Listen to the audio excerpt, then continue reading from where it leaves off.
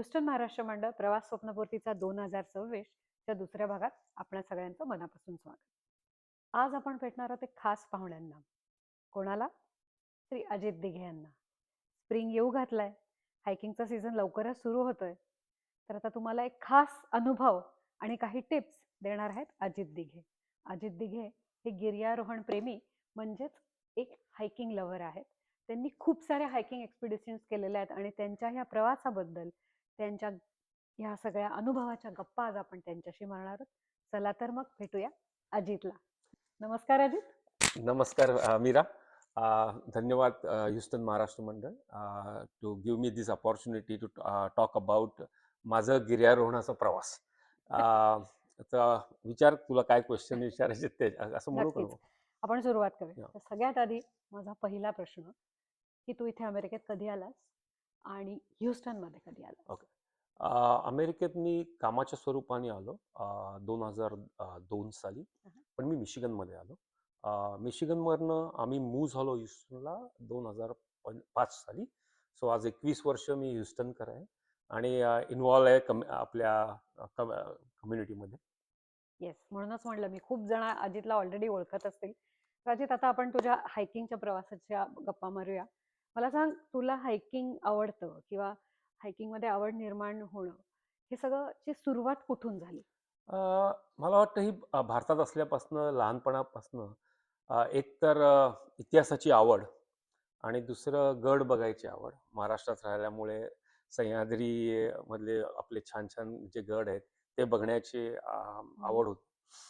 आणि आणखीन एक रिझन आहे, तो म्हणजे आमची कुलस्वामिनी जी आहे महाडच्या जवळ, ती एक 2500 फुटाच्या वर देऊळ आहे त्या देवीचं. आणि तिथे लहानपणापासून आई वडिलांबरोबर जायचो आणि आई वडील दोघंही कार्यकर्ते होते. त्यामुळे आम्ही वर्षातनं 4 ते 5 वेळा तरी मीरा तिथे जायचो. आणि एव्हरी टाइम तुम्ही तो गड चढताय उतरताय, एक मजाच वेगळी होती आणि त्यावेळी आपोआप ती आवड निर्माण झाली. वा.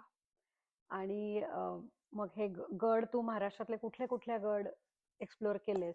आय कॅन सी, प्रत्येक पुणेकर हा पहिला सिंहगड म्हणतो. अगदी अगदी, तर नक्कीच. सिंहगड जर सुरुवातच आहे, म्हणजे शाळेची सहल ही सिंहगड सिंहगडपासनं. नंतर कधी सायकलवरनं, जेव्हा पैसे नव्हते खिच्यामुळे, तेव्हा सायकलवरनं. नंतर मग मित्रांबरोबर जाऊन स्कूटरवरनं किंवा बसनं आणि वेगवेगळ्या प्रकारे सिंहगडावर गेलोय. सकाळी जायचं, उतरायचो आणि इथपर्यंत की झालेलं आहे सिंहगडावर की कसा तानाजी मागणं चढला असेल ते. पण रोप क्लाइम्बिंग ज्या वेळेला आता करू शकणार नाही, पण ज्या वेळेला रोप क्लाइम्बिंगचे दोरे लावायचे त्यावेळेला पण हेल्प करायला जायचो आम्ही मित्रांबरोबर आणि ते कामं केलेली आहेत. वा. मग आपण महाराष्ट्रापासून सुरू करूया. महाराष्ट्रातले कुठले कुठले गड तू एक्सप्लोर केले? महाराष्ट्र म्हटलं की पर्टिक्युलरली शिवाजी महाराजांचे गड. आणि मी एक रायगड प्रतिष्ठान बरोबर, बाबासाहेब पुरंदरे ज्या वेळेला त्यांच्याबरोबर एक घोड्यांवरनं, ऍक्च्युली काही लोक पायी, अशा आम्ही राजगडावरनं रायगडाकडे गेलो होतो. कारण इतिहासामध्ये सिंगापूरची नाळ म्हणून एक प्रकार आहे, तिकडनं कधी शिवाजींनी घोडे नेले नाहीत असं लोकांचं दुमत आहे. तर ते खरंच नेता येतात का, ते बघण्यासाठी रायगड प्रतिष्ठाननी एक परिक्रमा केली होती आणि मी त्याचा भाग होतो. सो दॅट वॉज खूप चांगला एक्सपिरियन्स होता. आणि खरंच तो फार अवघड एरिया होता. राजगडावरनं तुम्ही जेव्हा रायगडाकडे जाता आणि तो अख्खा प्रवास फार सुंदर होतो. आणि तुम्ही जर गिर्यारोहक असाल तर तुम्हाला त्याच्यात जास्त मजा येते. आणि तो आम्ही 3-4 दिवस पुण्यातलेच सगळे 14-15 जण होतो. आणि मला वाटतं त्यावेळेला पुण्याचे महापौर अंकुश काकडे होते आणि त्यांनी आम्हाला सगळ्यांचा सत्कार केला होता शनिवार वाड्यावर. So it was a very different experience that काय. एक तर कॉलेज यंग होतो, त्यामुळे या सगळ्या गोष्टी आपण करू शकतो. पण महाराष्ट्राचं जर म्हणशील तर मला सगळ्यात आवडता म्हणजे हरिश्चंद्रगड. एक तर सोपा नाही आहे, वरती गेल्यानंतर लक्षात येतं की तो गड खरंच अवघड आहे. आणि पर्टिक्युलरली पावसामध्ये जेव्हा तुम्ही जाता त्याची मजाच फार वेगळी आहे. मी पण ऐकलंय फक्त की हरिश्चंद्रगडचा ट्रेक खरंच खूप अवघड आहे आणि फार सुंदर आहे. फार सुंदर आहे, फारच सुंदर आहे. आणि दुसरं गोष्ट, त्यावेळेला बेसिक रिक्वायरमेंट फार वेगळ्या होत्या. म्हणजे कोणाकडे काही गोष्टी नसायच्या. जसे आज आम्ही पोल वापरतो, ते काही वापरत नव्हतो. टेनिस शूजवर लोक आम्ही चढायला जायचो. एक तर यंग असतानाचा, यंग होते सगळेजण, म्हणजे हेही माहिती नसायचं की आपण राहून तिथे राहणार आहोत कुठे. म्हणजे एक वेळेला आता आम्ही हरिश्चंद्र गडावर रात्री झोपलो होतो, कारण तशीच अवस्था आली. गडावर पोचलो आणि पाऊस पडला. आम्हाला काहीही चान्स नव्हता खाली उतरण्याचा, ना कोणाकडे टॉर्च चांगले होते काय. आम्ही वरती गडावर झोपलो आणि दुसऱ्या दिवशी खाली आलो. एकदा गावात राहिलो आणि गावातल्या लोकांनी आम्हाला पिठलं भाकरी खायला घातलं. पण दिस परंपरा आम्हाला वाटतं अजूनही चालू आहे ती. Yes, yes. भारतात देखील तू काही हाइक्स केले? भारतामध्ये मी हाईक तशा कमी केल्यात. कारण नंतर मग इंजिनिअरिंग आणि मग तुम्ही नोकरी आणि ह्याच्यामध्ये मग मला जमलं नाही हायकिंग करायला. हायकिंग भारतामध्ये मला खूप करायच्या आहेत, पण मे बी आता आता वेळ आहे. आता जेव्हा जेव्हा भारतात जातो त्यावेळेला माझे भारतातले मित्रसुद्धा खूप हाईक करतात. तर त्यांच्याबरोबर आता हाईक करायचा चान्स आहे. केलेले नाही आहेत, पण करायची इच्छा खूप आहे. All the best for that.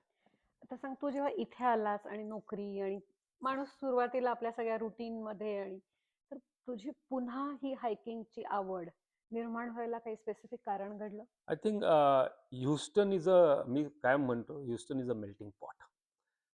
Even जेव्हा आम्ही मिशिगनवरनं ह्युस्टनला आलो तेव्हा पहिला प्रश्न होता की अरे आपण कुठे चाललोय, बरेच साऊथला मूव्ह होतोय. हम्म. आ, पण दोन गोष्टी सगळ्यात महत्त्वाच्या मी कनेक्ट झालो ह्युस्टनमध्ये. एक तर मराठी मंडळ खूप मोठं होतं आणि दुसरं म्हणजे मला क्रिकेटबद्दलचं प्रेम असल्यामुळे ग्राउंड मिळालं आणि इकडचं क्लायमेट, तुम्ही ऑलमोस्ट 12 महिने क्रिकेट खेळता येतं. आणि त्याचबरोबर काही ओळखी झाल्या आणि त्याच्यामध्ये एक ग्रुप भेटला की जो मराठीच आहेत त्यातले बरेचसे जण, की जे रेग्युलर वर्षातनं एक एक महिन्यामध्ये, ऑगस्टच्या महिन्यामध्ये ते हायकिंग करतात. तर ते जेव्हा कळलं तेव्हा मग त्यांना विचारलं, अरे तुमच्याबरोबर येऊ शकतो का? आणि त्यांनी मला पहिल्यांदा मी त्यांच्या ग्रुपमध्ये जॉईन झालो 2014 साली. तर एवढ्या मधल्या काळामध्ये मी हायकिंग करतच नव्हतो. पण त्यांच्याबरोबर पहिली हाईक केली आम्ही झायन नॅशनल पार्कमध्ये. एंजल लँडिंगची हाईक केली होती हम्म. आणि मग त्यानंतर जे एव्हरी इयर म्हणजे आज म्हणजे आम्ही दरवर्षी त्यांच्याबरोबर मी जातो.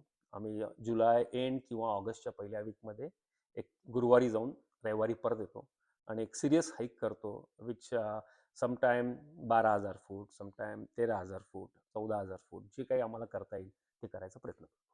सो 2014 पासून आता 2026 सुरू आहे, तर ह्या ऑलमोस्ट 12 वर्ष 12 वर्ष, या 12 वर्षात साधारण किती नंबर ऑफ हाईक्स तू केले असतील? I think every year minimum 3 ते 4.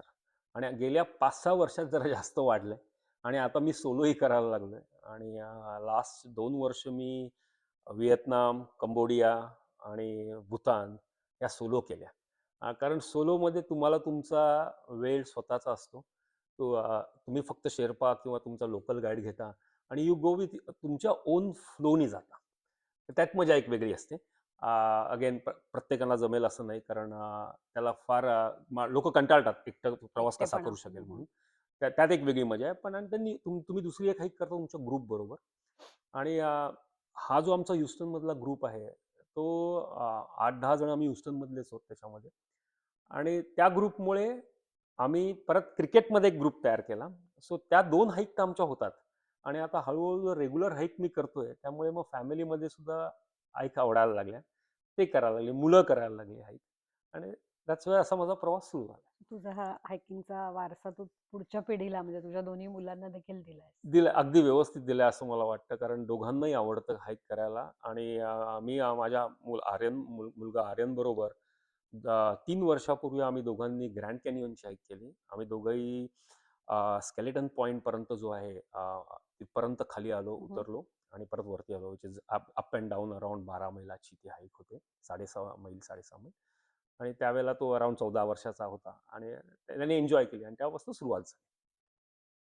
सो मला असं सांग, एखाद्याही कोणी माझ्यासारख्या नवीन नवशिक्या किंवा ज्यांना हायकिंग मध्ये काही एक्सप्लोअर करायचंय, शिकायचंय किंवा आता मलाही हायकिंग करायला लागायचंय, असं उद्यापासून तर मी हाईकला जाऊ शकणार नाही, तर हायकिंग करण्यासाठी तुमची काय तयारी असावी लागते?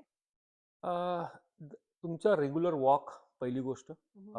I think for a baby step मी म्हणेन रेग्युलर वॉक करणं आवश्यक आहे. नंतर दुसरं, तुम्ही घरातलेच आपल्या प्रत्येकाकडे समजा तुमच्या घरात जर सेकंड फ्लोअर म्हणजे आपण इकडे म्हणतो 2 स्टोअर हाऊस आहे, तर त्याच्या घराच्या पायऱ्या चढा रेग्युलर, त्या हेल्प होतात. जिममध्ये जात असाल तर स्टेअर मास्टर तुम्हाला खूप हेल्प करतो, हम्म. की तुम्हाला मसल बिल्डअप करायला, किंवा तुम्ही 30 मिनिट चालू शकता, 45 मिनिट जाऊ शकता.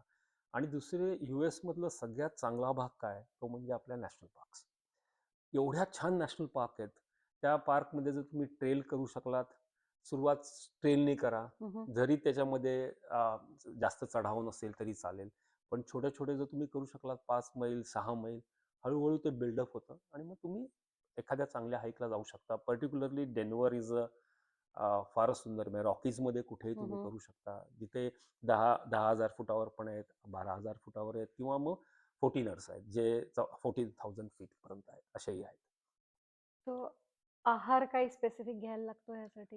आय थिंक थोडासा कार्बोहायड्रेट्स, तुमच्या कार्ब्स लोडिंग जे म्हणतो आपण, ते हेल्प होतं तुम्हाला. पण असं काय नाही आहे. द मेन थिंग तुमचा पाणी तुम्ही मेन एकटं हाईक करू नये हे मी म्हणेन. आणि तुम्ही जेव्हा हाईक करायला जाता तेव्हा प्रॉपर गिअरचा वापर करावा. ते जर नाही केलं तर तुम्हाला त्रास होऊ शकतो. आता तू जेव्हा म्हणालास प्रॉपर गिअरचा वापर करावा, तर यामध्ये काय हायकिंग गिअर्स असतात? आता सिम्पल म्हणजे हायकिंग गिअर तुमची बॅकपॅक, जे आपण जेव्हा आपण पूर्वी करायचो, साधी काहीतरी बॅकपॅक घेतली, पाण्याच्या बाटल्या टाकल्या, काही खायला गोष्टी घेतल्या, त्या आपण घेऊन जातो. पण त्याने काय होतं की ती तुम्हाला काचते बेसिकली, ती बॅकपॅक चांगली नसेल तर. म्हणजे राईट. की तुम्ही नीट तुमच्या पाठीवर वजन नीट येत नाही. तर त्या प्रॉपर बॅकपॅक असतील, ज्याला सपोर्ट चांगला असेल, तर तुम्हाला त्रास होत नाही चढताना, किंवा तुमच्या बॅकवर प्रेशर येत नाही. त्यामुळे काही वेळेला तुम्ही प्रॉपर दुकान आहेत, जशी आर्या आहे किंवा अशी दुकान आहेत, त्या दुकानात जाऊन तुम्हाला बॅकपॅक घेतली आणि त्या बॅकपॅक वर्षानुवर्ष चालतात. म्हणजे माझ्याकडे अजूनही 2014ची बॅकपॅक आहे आणि त्या बॅकपॅकना काही होत नाही. एकदाच तुम्हाला काही थोडे एक्स्ट्रा पैसे देऊन तुम्हाला घ्यावी लागतात. पण त्याला फ्रेम जी असते मागे, त्या फ्रेमनी तुम्हाला सपोर्ट मिळतो. सो हे सगळ्यात महत्वाचं आहे. म्हणजे अगदी हायकिंगची बेसिक गोष्ट आहे की तुम्ही काही सामान घेऊन पाठीवर काही तुम्ही चालायला असणारच. लागता, तर तुमची बॅग सुद्धा चांगली बॅग असणं, चांगली वजनाला हलकी असणं असणं, आणि सपोर्टिव्ह असणं सपोर्टिव्ह फार असणं फार महत्वाचं आहे. फार महत्वाचं आहे. तसेच तुमचे बूट, तुम्ही पायात कोणते बूट घालता. आपल्याला बेसिकली भारतीयांना फारच सवय आहे की टेनिस शूज घालून सगळीकडे जायचं. तर असं नाही आहे. हायकिंगचे शूज वेगळे असतात, कारण ग्रिप वेगळी असते. तुम्ही स्लिपरी असतं, कधी सांगता येत नाही, कारण तुम्ही जेव्हा चढावर जाता तेव्हा पाय घसरू शकतो. तर अशा वेळेला प्रॉपर हायकिंग शूज जर वापरले तर फायदा होऊ शकतो. आणि अगेन, उतरताना तुमच्याकडे पोल असलं कधी, कारण आणि ते तर मी अगदी आवर्जून सांगेन, कारण आम्ही जेव्हा 5-4 वर्षापूर्वी गोकियोरी केली होती नेपाळमध्ये, तर आपल्या भारतातनं खूप जण येतात, तरुण मुलं मुली येतात, आणि ते मी खूप आमच्या एक लक्षात आलं की ते खूप उत्साहाने हे करतात, पण विदाऊट प्रॉपर गिअर करतात. खूप लोकांकडे इवन हायकिंग पोल्स नव्हते. It is more risky. आणि which is more risky, and not only risky for them, it is also तुमच्याबरोबर जो शेर्पा असतो त्यांना ते लोड असतं तुमचं, कारण त्यांची रिस्पॉन्सिबिलिटी असते की तुम्हाला त्यांनी घरी परत नेणं, ही त्यांची रिस्पॉन्स आहे. तर अशा वेळेला आपलं पण म्हणजे आपल्यासाठी पण फार महत्त्वाचं आहे की आपण प्रॉपर गिअर वापरणं योग्य होईल. तू आता नेपाळच्या हाईक बद्दल आणि शेर्पांबद्दल बोललास, तर हे अर्थात शेर्पा हे तुमचे वाटाडे असतात असं बरोबर आहे. म्हणूया, तर त्यांच्याबद्दल थोडंसं काही सांगशील? नेपाळ म्हणजे आता आजकाल सगळेच जण EBC, बेस कॅम्प किंवा गोकियोरी हे करायला उत्सुक असतात. अन्नपूर्णा खूप टफ आहे, पण मी पण केली नाहीये आणि मला करायची इच्छा आहे. पण नेपाळसारखं हायकिंगचं सुख कुठे नाही आहे, कारण फार सुंदर सोय असते. आणि मी तर म्हणेन, जर खरंच तुम्हाला कधी हाईक करायची असेल तर Nepal is a paradise for that. आणि ते त्यांच्याकडे कन्सेप्ट आहे टी हाऊस नावाचा. तो म्हणजे असं आहे की तुम्हाला त्या प्रत्येक ठिकाणी त्या टी हाऊसमध्ये तुम्ही राहता, आणि तीच लोक तुमचं सकाळी ब्रेकफास्ट, लंच आणि डिनरची काळजी घेतात. आणि नेक्स्ट डे तुम्ही परत सकाळी ब्रेकफास्ट करून दुसऱ्या ठिकाणी जाता तुमच्या टप्प्याच्या, आणि तिकडे तुम्ही दुसऱ्या टी हाऊसमध्ये राहता. आणि सोय अतिशय चांगली असते, तुम्हाला गरम फूड मिळतं, आणि तुमच्याबरोबर तुमचा शेर्पा आणि तुमचा म्हणजे वाटाड्या आणि तुमच्याबरोबर तुमचा पोर्टर, जो तुमची बॅग पिकअप करू शकतो. तशी थोडी लक्झरी हाईक आहे असं मी म्हणेन नेपाळमध्ये, आणि खूपच सुख आहे त्या दृष्टीने. अच्छा. म्हणजे नवीन माणसाला जायचं असेल तर खूपच चांगलं आहे नेपाळ. तर ही एक आपल्यासाठी टिप आहे की नवीन माणसाला हायकिंग करायचं असेल तर त्यांनी नक्कीच नेपाळचा हाईक करावा. नेपाळचं अवश्य करावं. तुमच्या वेकेशन बरोबर हायकिंगचं कॉम्बो तुम्हाला मिळेल त्याच्याबरोबर. आणि खूप चांगल्या कंपन्याज आहेत. तुम्ही गुगल करू शकता, किंवा चेक करून रिव्ह्यूज बघून तुम्ही जाऊ शकता, किंवा इवन जी लोक गेले आहेत EBC बेस कॅम्पला किंवा गोकियोरीला त्यांना विचारू शकता. पण खूप छान हाईक्स आहेत, पण स्टेनस आहेत. म्हणजे त्यातलं असं नाही की उठून तुम्ही करू शकता सगळे हाईक. त्याला थोडी सवय असणं आवश्यक आहे, कारण तुम्ही जेव्हा 12,000 फूट क्रॉस करता त्यावेळेला प्रत्येकाची म्हणजे human body will tolerate that altitude sickness, हे होऊ शकत नाही. त्यामुळे तुम्हाला त्याची सवय थोडी मी करणं आता त्याच आवश्यक असते. प्रश्नाकडे येणार होते, की तुमची फिजिकल तयारी म्हणजे आता तू म्हणालास बॅकपॅक, तुमचं खायचं सामान किंवा काय प्रोटीन बार्स प्रोटीन तुम्ही बार्स जवळ बरोबर, ठेवत अगदी असाल, बरोबर आहे. बार्स तुमचे बूट चांगले पाहिजे, तुमच्याकडे पोल चांगला पाहिजे. पण तुमची फिजिकल तयारी, कारण तुम्ही नेहमी हाईक उंचावर करता, तिकडे ऑक्सिजन लेवल कमी असते. बरोबर आहे. सो तुम्ही ती फिजिकल तयारी किंवा how do you prep yourself for that? आता एक तर तुमचा फिजिकल फिटनेस आहे. आपण एक तर ह्युस्टनकर सगळे समुद्र सपाटीला राहतो. त्यामुळे आपला तो एक असा ड्रॉबॅक आहे. बरोबर. पण आता जी लोक डेन्व्हर किंवा कॅलगरी किंवा अशा ठिकाणी राहतात, जे समुद्र सपाटीपासून 3,000 3,500 फुटावर राहतात, त्यांना थोडा नॅचरली तो बेनिफिट मिळतो. कारण ऑक्सिजन लेवल कमी असून सुद्धा ते आणि रेग्युलर एक्सरसाइज करून ते मेंटेन करू शकतात. तर ह्याच्यामध्ये 2 प्रकार आहेत. एक तर तुम्ही स्वतः हाईक अशा ठिकाणी करा.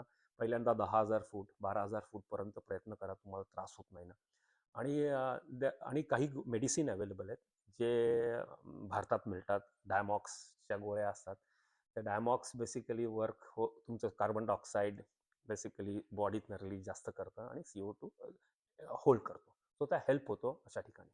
पण इज फार इम्पॉर्टंट आहे, जेव्हा तुम्ही 12,000 फुटाच्या वरती क्रॉस करून 13,000 14,000 फुटावर होता, तेव्हा ॲडिशनली या मेडिसिन घेणं आवश्यक आहे. प्रत्येक human body is not a same. काही लोक विदाऊट घेऊन सुद्धा राहतात, काही लोक घेतात. हा प्रत्येकाचा इंडिव्हिज्युअल चॉईस आहे.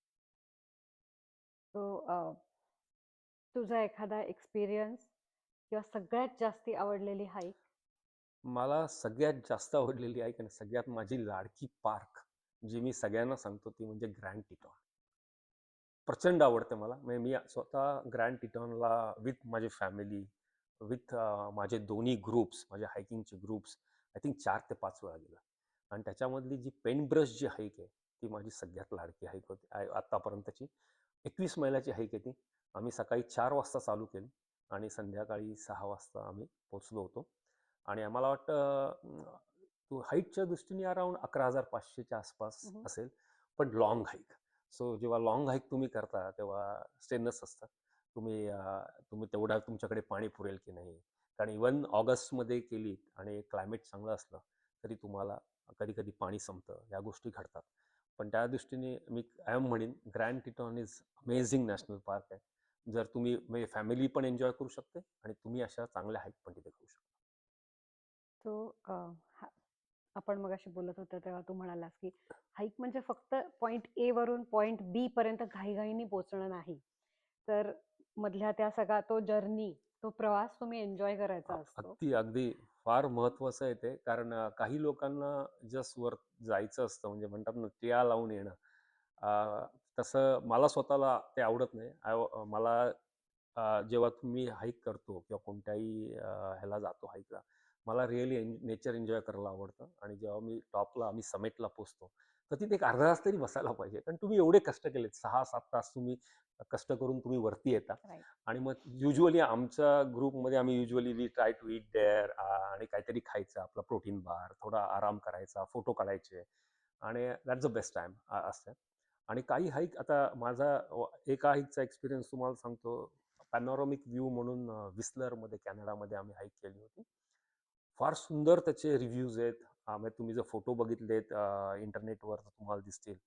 पण आम्ही 5,000 फूट हाईक पूर्ण केली आणि आम्हाला काही दिसलं नाही. एवढं एवढं त्यावेळेला बेसिकली वाईल्ड फायरमुळे जो फॉग असतो, हो. किंवा जे फायरमुळे सगळं धुकं झालं होतं तयार, त्यामुळे काहीही दिसलं नाही. आणि असं होऊ शकतं, थोडा हिरमुसलंपणा येतो त्यावेळेला, की तुम्ही एवढा कष्ट करून तुम्ही गेलात हाईकला, पण म्हणजे पैसा वेळ तुम्ही खर्च करता. पण that's a mother nature. Again destiny. Destiny absolutely.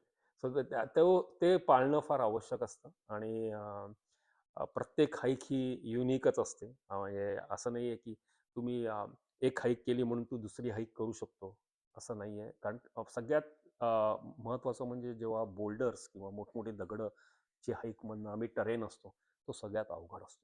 त्यावेळेला खऱ्या अर्थाने तुम्ही काय व्यायाम करता, तुम्ही काय खाता. आणि स्वतः मी पर्सनली सांगेन, जर तुम्ही हाईक करणार असाल तर please avoid alcohol at least before hike. After hike या everybody want to enjoy, but before hike ठीक आहे, अवॉइड करा. राईट. कारण डिहायड्रेट होतं आणि अवघड पडतं. तुझा आतापर्यंतच्या एवढ्या हाईक्स मधला सगळ्यात जास्ती चित्तथरारक अनुभव? असा अजून तरी नाही आलाय, पण तरी नशिबाने म्हणीन. पण आत्ताच म्हणजे आम्ही ग्रँड टिटॉनमध्येच मागच्या वर्षी क्रिकेटच्या ग्रुपबरोबर जी एक हाईक केली. हाईक खरंच सुंदर होती आणि रेग्युलर होती. म्हणजे आम्ही म्हटलं, "अरे काही वाटलं पण नाही."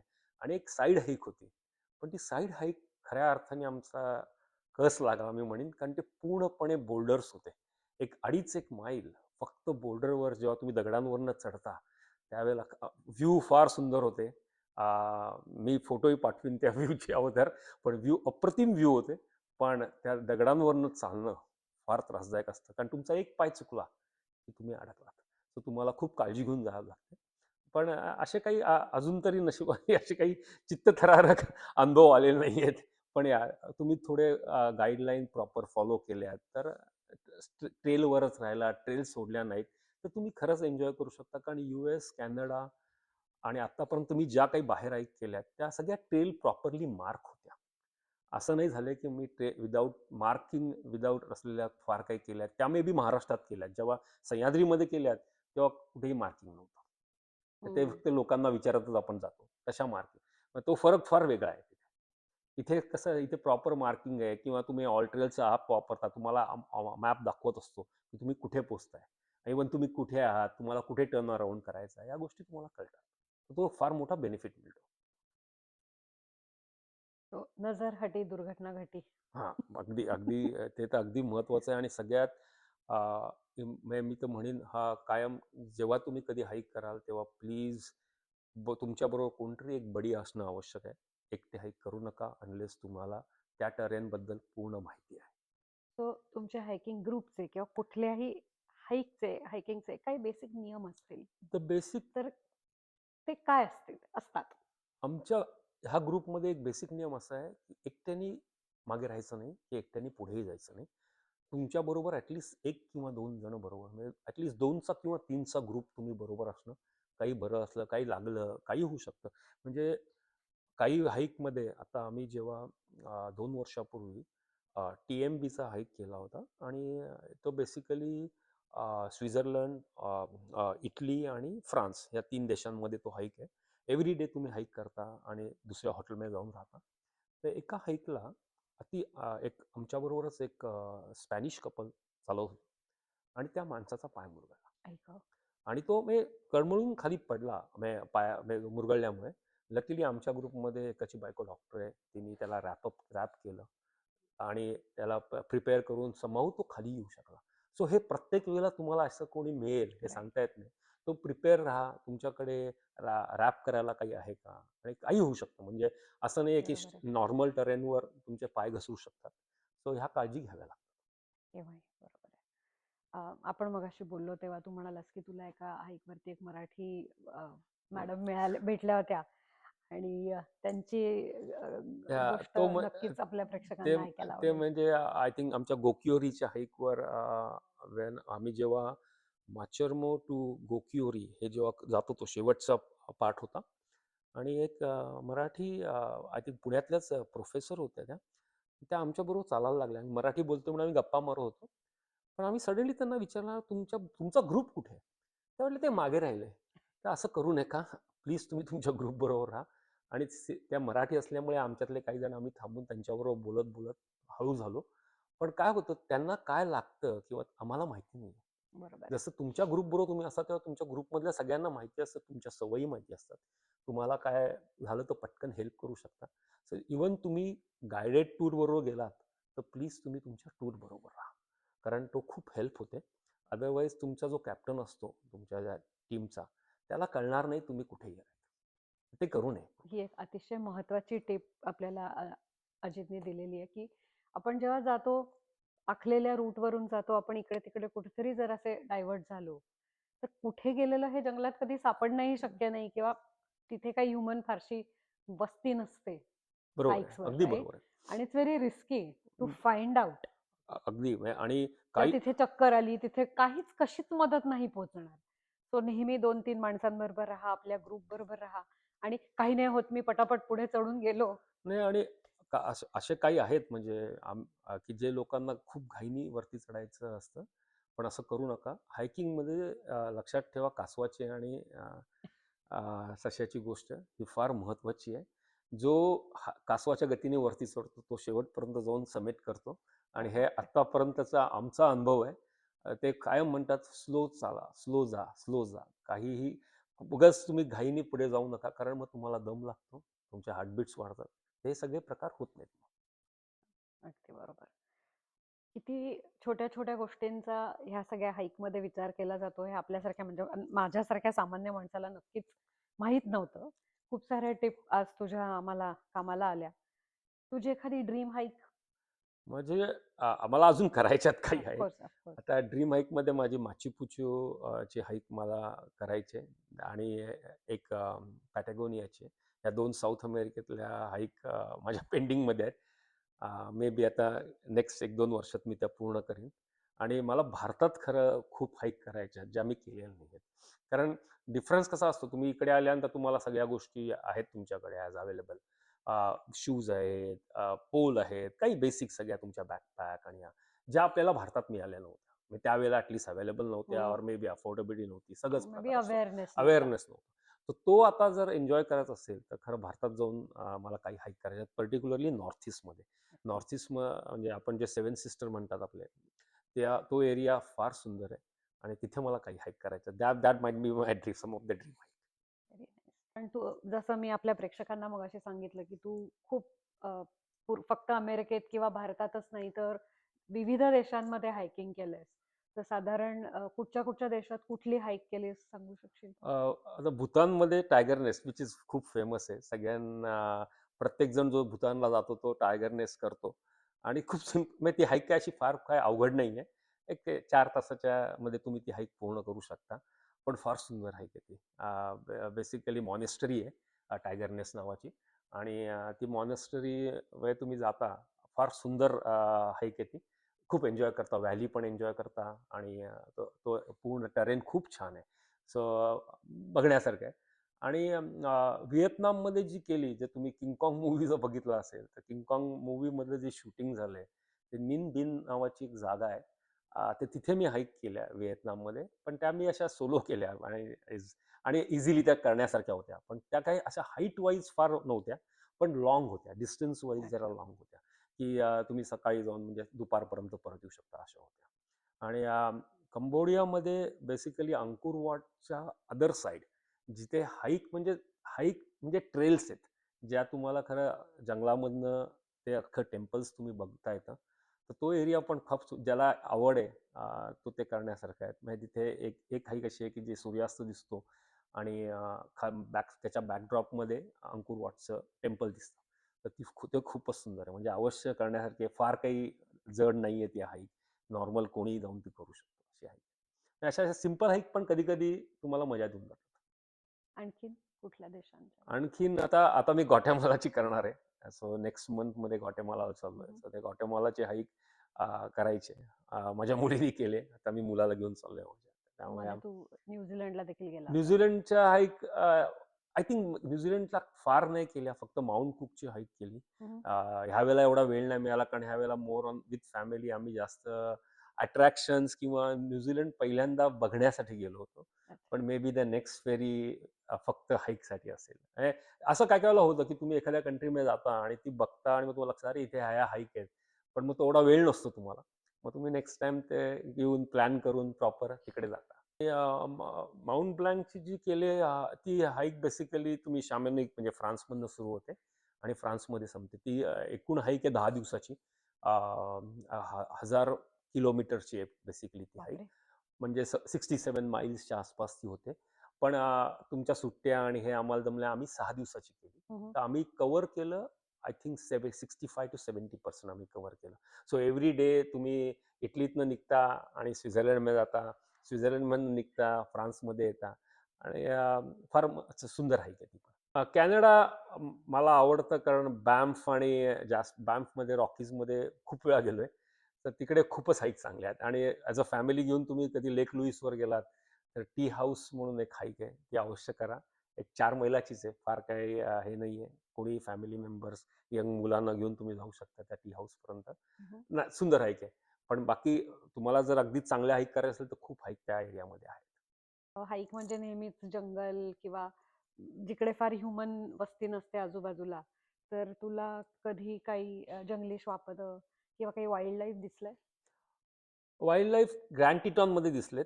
अगदी खूप जवळ बेअर एन्काउंटर झालेत.